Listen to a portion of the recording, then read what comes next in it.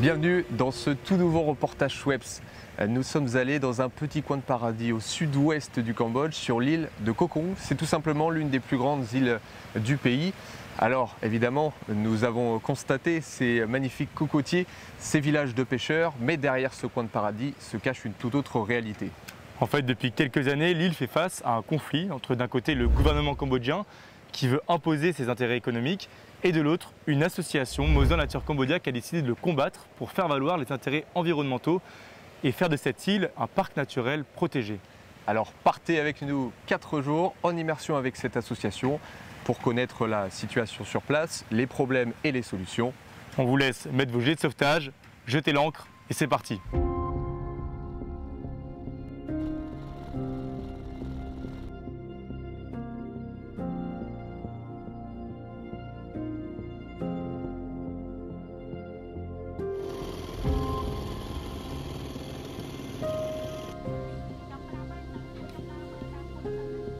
Bienvenue sur le village flottant. On a fait à peu près 1 heure, 1 heure et demie de bateau et on est arrivé ici sur l'île de Koh Kong. Alors c'est un tout autre monde. Ici on vit à l'année sur ce village. Il y a une école, il y a l'électricité, c'est quand même un village développé.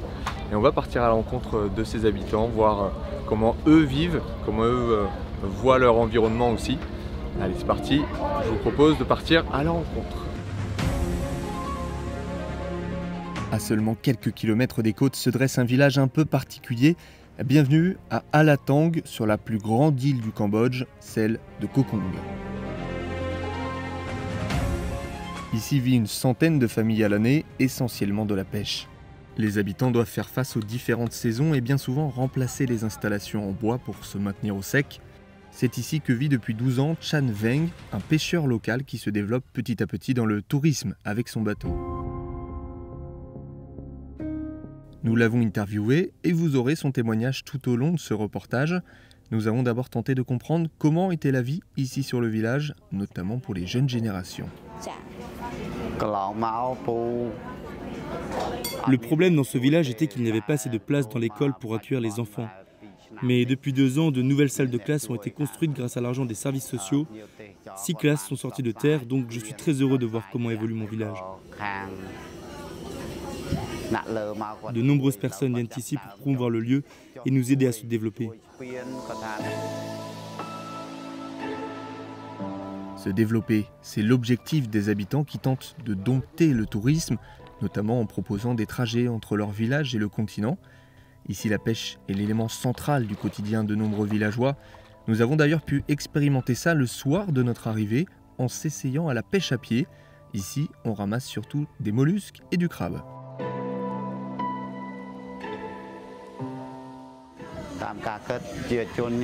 J'aimerais que le gouvernement nous fournisse le nécessaire pour vivre en toute sécurité. Sur le village flottant, il y a besoin de reconstruire notre habitat semaine après semaine, mois après mois, donc ce n'est pas vraiment stable pour nous. Je souhaiterais également que le gouvernement aide les fermiers locaux à fournir de quoi cultiver des légumes sur place. Aujourd'hui, nous devons tout importer pour nourrir les familles ici.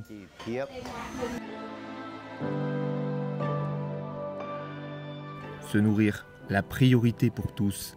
Dans certains coins de l'île, c'est encore plus difficile de se procurer de la nourriture. Certains ont tout de même décidé de vivre éloignés des autres, principalement sur différentes plages qui bordent Koh Kong. Le deuxième jour, nous avons planté notre tente sur une plage très rarement foulée par des touristes étrangers. 4 familles de la même lignée y vivent depuis plus de 20 ans, mais elles sont menacées d'expulsion.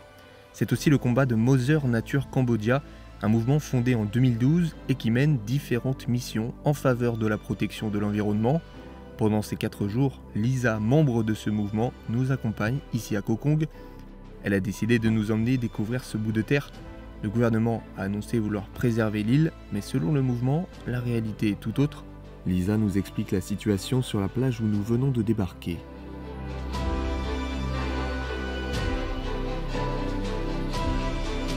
There are 4 families living here, but they just come from the same family. That's just separate from relative, and they've been living here for years.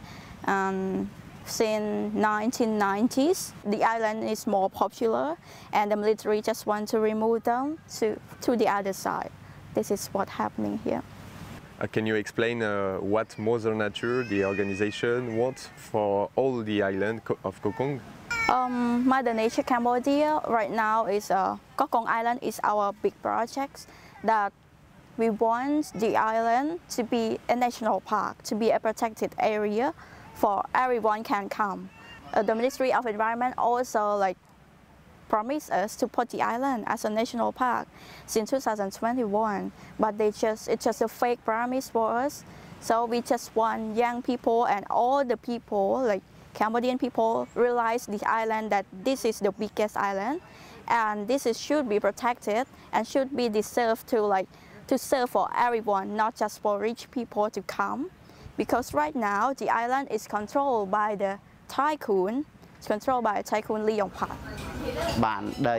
J'espère que ce statut va nous permettre de recevoir des terres pour pouvoir vivre sur la terre ferme, car de nombreuses familles ont péri en vivant sur l'eau. Certaines familles vivent ici depuis plus de 40 ans. Je suis la dernière génération et je vis ici depuis 12 ans. Comme vous l'avez compris, nous risquons d'être éjectés de l'île. Mais l'école est fonctionnelle et nous préférons continuer à vivre ici dans de meilleures conditions plutôt que sur le continent. Vous savez, nous sommes pauvres et même si le gouvernement nous offre des compensations pour partir d'ici, elles ne seraient pas suffisantes face au coût de la vie en métropole.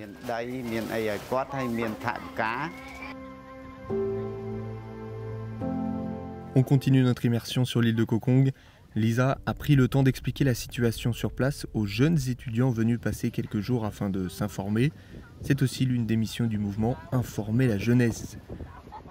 Nous avons ensuite visité les alentours, alertés par des bruits de tronçonneuses.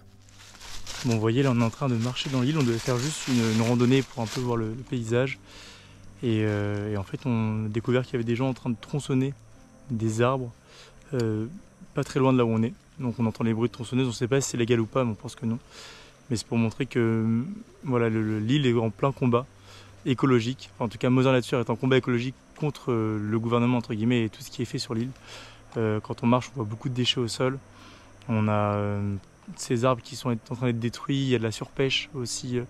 On le voit au loin avec des bateaux qui ne sont pas forcément cambodgiens, mais qui vont être vietnamiens, chinois, et qui vont pêcher dans les alentours. Et donc c'est pour ça que Mother Nature se bat pour essayer de faire en sorte que cette île devienne un parc national protégé.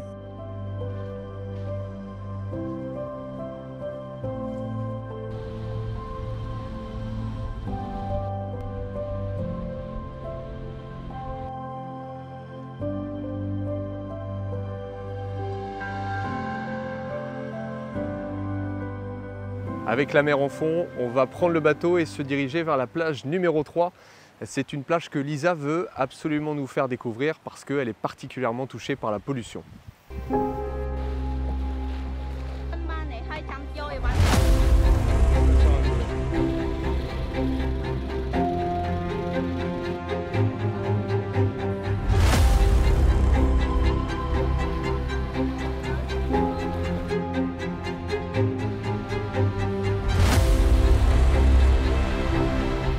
Arrivé sur la plage numéro 3, c'est la plage la plus polluée de Koh Kong Island. Alors toutes les plages sont polluées, mais celle-ci encore plus. On peut trouver la même configuration sur cette plage, c'est-à-dire une ou plusieurs familles qui y vivent et qui tiennent en général une épicerie pour accueillir des touristes. C'est d'ailleurs une plage où il y a beaucoup de touristes. On a vu derrière toi, Anatole, quelques touristes chinois, vietnamiens. Et là, avec Lisa, on va se balader, elle va nous parler de la situation sur place et de la gestion des déchets notamment. Allez, on y va. Donc on est avec Lisa de Mother Nature, qui nous accompagne sur ces 4 jours et qui va nous expliquer la situation sur place. So Lisa, what is the situation in that beach and why there are more pollution than other beach? So the pollution here is because the third beach is the popular beach than other 5 beaches. There are more tourists come and there's no cleaner here. The military they are not cleaning here, so they just keep that garbage like this. La pollution, Chan Veng, lui, ne s'en inquiète pas. Pour être honnête, la pollution n'a pas réellement d'impact sur le village. Nous avons toujours eu des déchets que nous brûlons et le tourisme n'a pas aggravé les choses.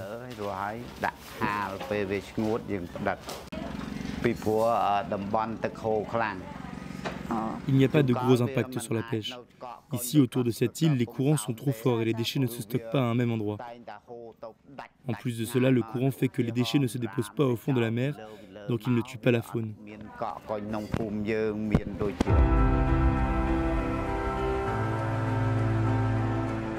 L'eau, cet élément vital, prend tout son sens à Koh Kong.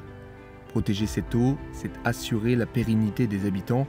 Avec le mouvement Mother Nature Cambodia, nous sommes allés voir comment était l'état de l'écosystème marin autour de l'île, à seulement quelques mètres du rivage.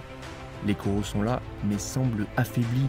Les couleurs sont camouflées, mais la vie existe, avec des poissons parfois tropicaux, comme en témoignent ces images. Cet écosystème marin, Mother Nature Cambodia souhaite que les villageois le développent tout en le protégeant. Plus de 500 touristes viennent chaque jour sur l'île. Une bonne chose selon Lisa, même s'il faut changer des mentalités. The key point is education and try to pass the education like how they can run their life with with ecotourism. I want to teach them how the real ecotourism look like.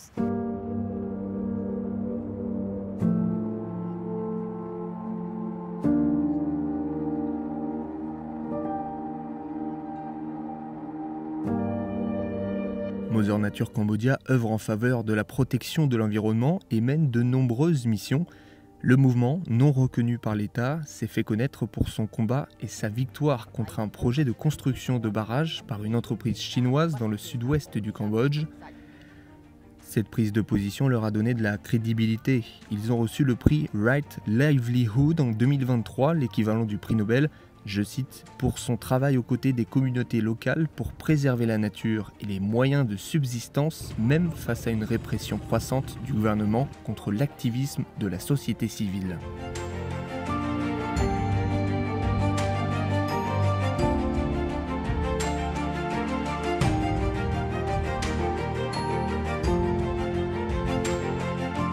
Sur l'île de Koh Kong, l'objectif principal est de pousser le gouvernement à donner le statut de parc national marin afin de protéger les habitants du tourisme de masse, mais aussi protéger l'écosystème sur place.